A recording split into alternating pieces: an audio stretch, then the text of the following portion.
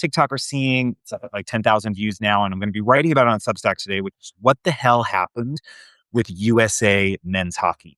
So this was a huge deal. I believe the USA men had not won first place in Olympic hockey in a really long time. Someone maybe watching this can fact check me. So they won, which is amazing and great. But everything they did afterwards threw away all the goodwill that they got when they won this gold medal. So it started with them being in the locker room and having, for some godforsaken reason, Cash Patel in the locker room with them. I have no idea why. It's completely not necessary. The director of the FBI should not be clowning around with the USA men's hockey team at the Olympics, even if there's a reason for him to be there. That's not the job, right? I'm not trying to say J. Edgar Hoover was someone that we should be looking up to, or really anyone else who's ever been the head of the FBI is someone we should look up to. But they at least had a sense of responsibility and seriousness about the job they had, and that's not something Cash Patel carries. But the bigger issue that we need to talk about is what happened when Cash Patel got the president of the United States, who you might know, Donald Trump, on a phone call. And what happened was he congratulated the team. Okay, whatever. I'm everything, whatever. It's just whatever. Anyway, congratulates them, proceeds to say he's going to invite them to the White House, and then says, well, we're going to have to invite the women too. I'll be impeached if I don't. And the vast majority of men listening laughed. They laughed at this. The entire hockey team that was hearing this was laughing at the joke. You heard one man in the background yell 2 for 2, 2 for 2 to try to celebrate their accomplishment because the women won gold as well. And that was pretty much it. Nobody really spoke up. Nobody said anything. They kind of laughed at it and rolled with the joke. And as someone who has been living in this work of like masculinity spaces and bullshit like this for a really long time, it's incredibly depressing. It's incredibly infuriating. And it's just heartbreaking to see another generation of young men who had this opportunity, who had this moment in time where they could stand up and say something and advocate for their female counterparts. They could advocate for women hockey. They could stand up to misogynist humor, and they just completely missed the boat. Now, you could sit here and you could say, hey, Jonathan, this is not their responsibility. It's not their job to do that. I call bullshit. It is every individual's job whenever they have the opportunity, especially if you're a man, to stand up to other men doing things that are sexist, doing things that are misogynist, doing things that harm women, the perception of women, etc. It's your responsibility to fucking do something about it. I don't care. I don't know if I can curse on live. I did, whatever. It's your responsibility, right? Like saying not all men is not just, oh, sour cream. It's not just, oh, I didn't physically harm someone, or, oh, I didn't call someone the B word or the C word. No, it is not creating a culture of permissiveness for those things to happen. When we laugh it off as locker room talk, when we just pretend, oh, it's a joke, that's not really what he meant, you are setting the precedent that for other men to continue to do those things. That's why we say it's not necessarily, hopefully this scraping is not creating terrible noise. It's not about, the biggest part of the problem isn't the man doing harm. It's all the other men around him who do not hold him accountable for his harm. And I understand, like, maybe that's a weird moment. You're like, how the hell do I stand up to the president of my country in front of these 50 people and call him out for a misogynist joke? Well, first of all, not knowing how to do it is why you fucking do it, because it sets the precedent for other people, how they can behave in those situations going forward. It says that you are allowed to stand up when enough is enough. And you can say something about that.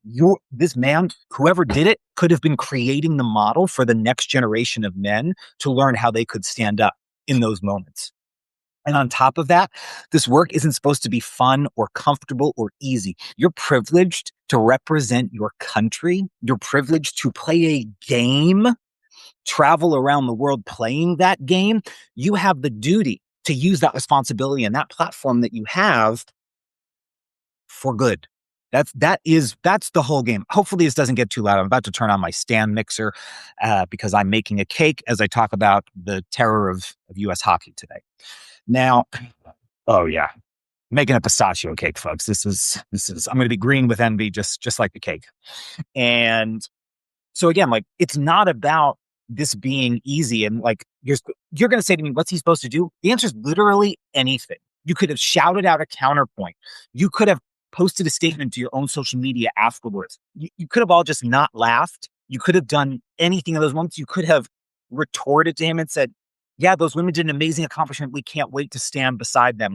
Nobody stood up in that moment to defend the women's team, whether that is as, a 1% action or 100% action in terms of course correction.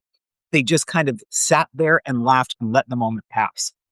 And it let it be okay for now boys who might play little league or recreational hockey or basketball to continue to treat women's sports as secondary in their accomplishments to what is happening for men who are playing sports and athletics.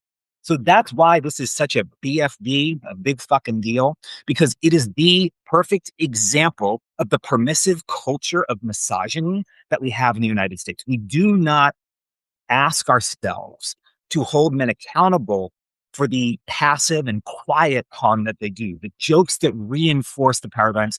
That's the oven telling me it's hit 350, which is great news for me since I'm making a cake. I'm now going to fold in some chocolate chips here. This is one of my favorite cakes to make. It's a pistachio, coconut, and chocolate chip cake. A family recipe. So anyway, I don't know if anyone else watched it. If you have thoughts about it, please hop in the chat. I could keep waxing poetic, but I'm sure other opinions would be interested to hear on this front. Ooh, that was a lot more taco chips than I intended to put in. So this is going to be a good cake. So I'm going to write about this later today on my Substack. By later today, probably after I have lunch and to take a shower.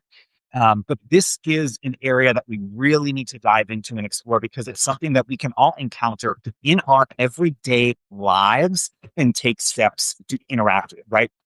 The big things that we can all do as men in society, it's not standing up when we're seeing somebody get beat. Obviously, we want to do that, but those are not the moments we come across all the time. The moments we come across are hearing other men talk about women's sports. It's seeing how our boys are talking about their female friends. These are the moments when we have to say something because this is how something small grows into gender-based violence and things of that nature. So I really just want to call you out if you're watching this, if you paid attention to what happened at USA men's hockey, say like, this is a critical moment, a teaching moment. Sit down, watch it with your sons, watch it with your brothers, watch it with your friends, ask them what they thought, ask them what they would have done, ask them how they feel about what they've just seen on screen. Like, teaching moment right now where we could really do something to educate the boys in our lives on how to show up for women and how to hold men accountable. These are the moments when we can really start to create some differences and positive changes. So if you want more of my exploration on this, it's going to be on Substack later today. He said what? I think it's in my bio on TikTok if you're watching this there. But stay tuned. I'll share more on that later. And thanks for watching.